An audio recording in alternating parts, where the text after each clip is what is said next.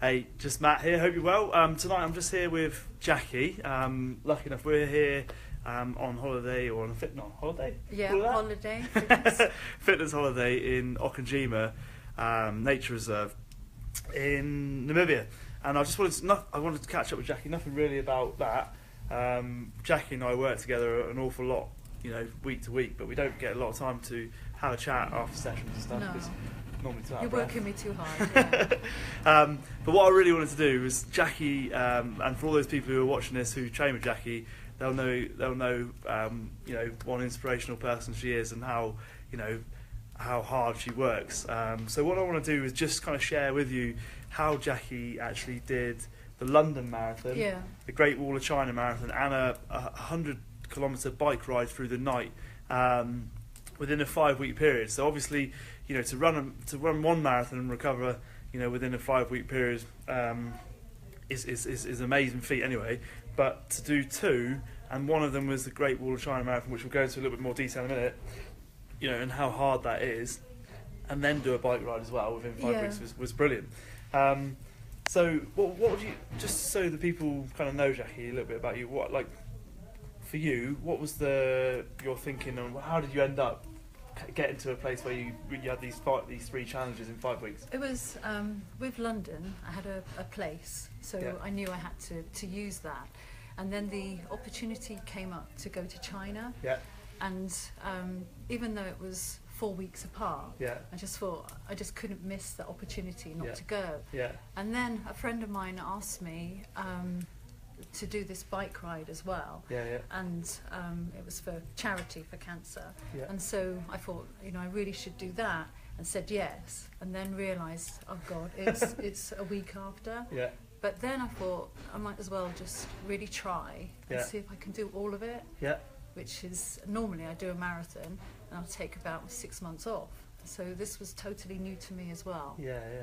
So what was for you then? What was the hardest part of doing?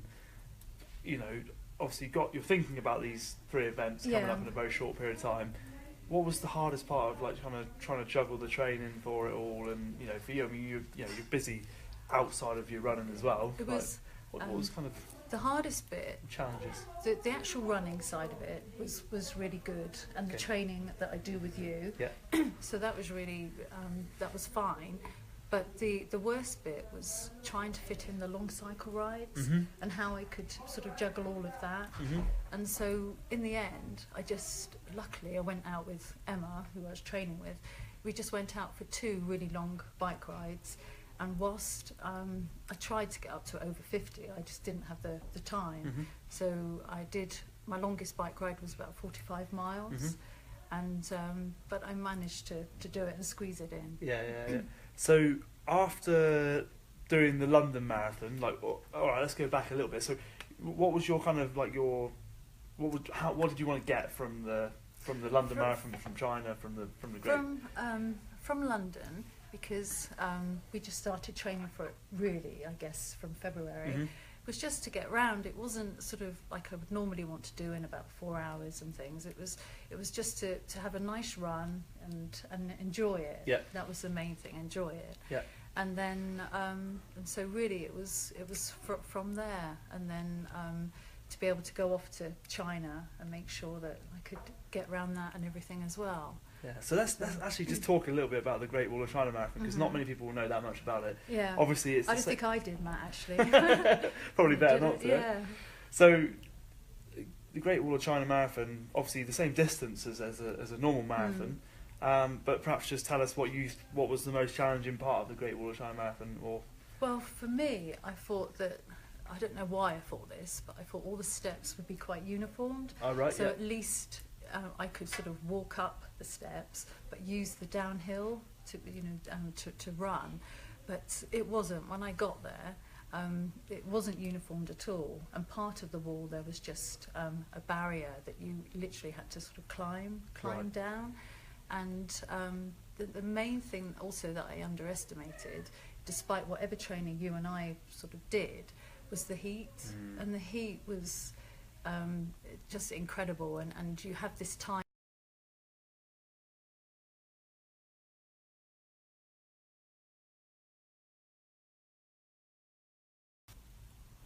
We're back on. We're back on. Yeah. So the heat. Yeah. So the heat of the.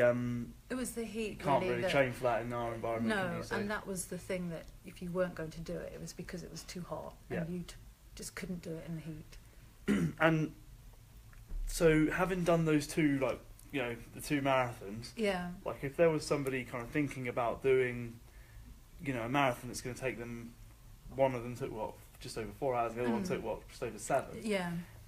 How would you, if in your head, like if you had to train for the Great Wall of China Marathon again, what would you do differently?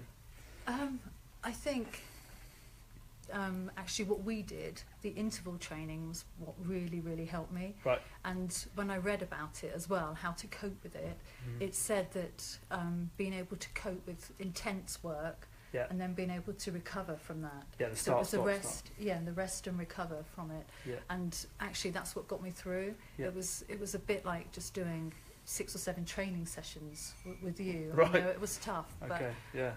that's what it was like. It wasn't anything like running London or a marathon It's a like different that. sort of event. Yeah. It was endurance, definitely. That's cool. So, and then with the cycle ride, Yeah. did you feel there was like a good crossover between like the fitness you'd gained? Because obviously it was only a week later, wasn't it? Yeah, it was a week Got back later. from China and then you did this night ride through the night. Yeah, luckily when I came back from China, I wasn't sure whether I'd have any injuries No. or any niggles or anything. But luckily that I didn't have anything. I was really fortunate. That's good. But so the following week, definitely, I think all the running really helped me, and the power that we'd had, the strength in my legs Yeah. through doing all the work. But and so yes, it did. It just all sort of followed on. Okay. But also it was the crowd and the people when you did. Buzz. When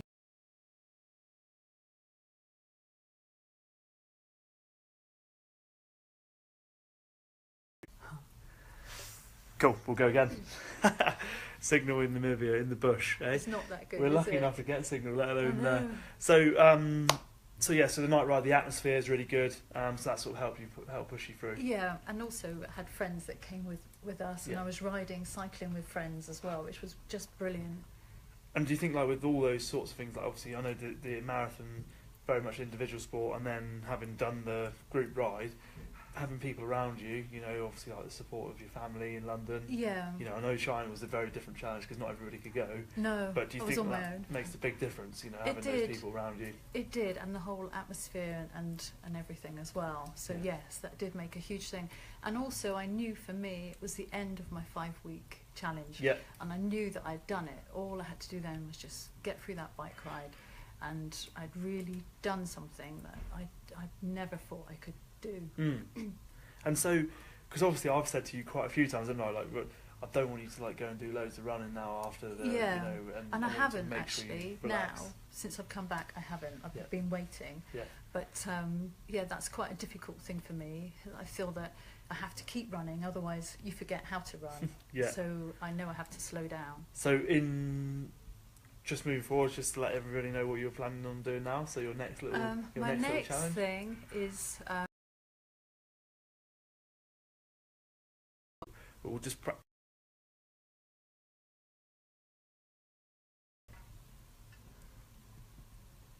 cool. Right, we're gonna Jacqui and I are gonna wrap this one up because the signal here is not amazing. But yeah, so we were just talking about Berlin, weren't we? And Yes, you're trying to get your sub 4 hour time. definitely, and qualify then for Boston. qualify for Boston. Yeah. Yeah, that's the next plan. To Cool. do that. So that's just a little. I just wanted to share that with you guys. You know, not everybody, you know, completes a marathon, let alone 2 in 5 weeks plus 100k bike ride through the night. I won't do it again though.